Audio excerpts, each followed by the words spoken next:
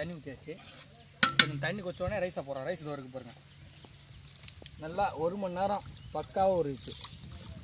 ரைஸை போடுறோம், நொறுக்குறோம். பச்சை அரிசி தான், நீங்கள் பார்க்குற அளவுக்கு பாஸ்மதிலாம் கிடையாது. இங்கே பேஸ்ட்டு போடுறோம் கடைக்கு.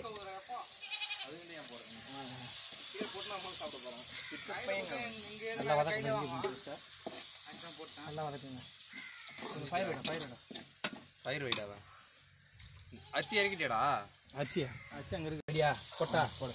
இஞ்சி பூண்டு பேஸ்ட் நல்லா வதங்கனே தக்காளி போடுறோம். நல்லா பசிஞ்சு விட்டுருணும்.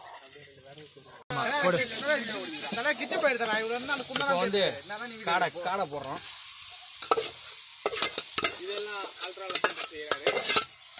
அல்ட்ரா கிச்சனுக்கு வந்து சப்ஸ்கிரைப் பண்ணுங்க, கமெண்ட் பண்ணுங்க, ஷேர் பண்ணுங்க, சப்ஸ்கிரைப் பண்ணுங்க. இப்போ பாத்தீங்க அல்ட்ரா மாஸ்டர் இவரு, அல்ட்ரா மாஸ்டர் பாருங்க. உங்களுக்காக எவ்வளோ ரிஸ்க் எடுத்து பண்ணிட்டு இருக்காரு. ஒண்ணுமே தெரியல. நாங்கள் தானே, நீங்களா சாப்பிட போறீங்க? நல்ல தலையை விடுங்க.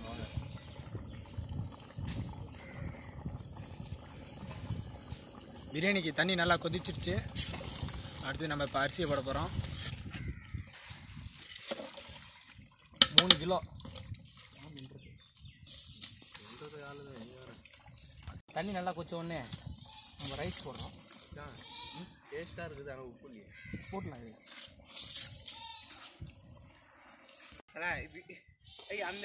பிரியாணி தம் ஏறுது. காரை ஆஃப் பண்ண போகிறோம். ஆஃப் பண்ணுறோம்.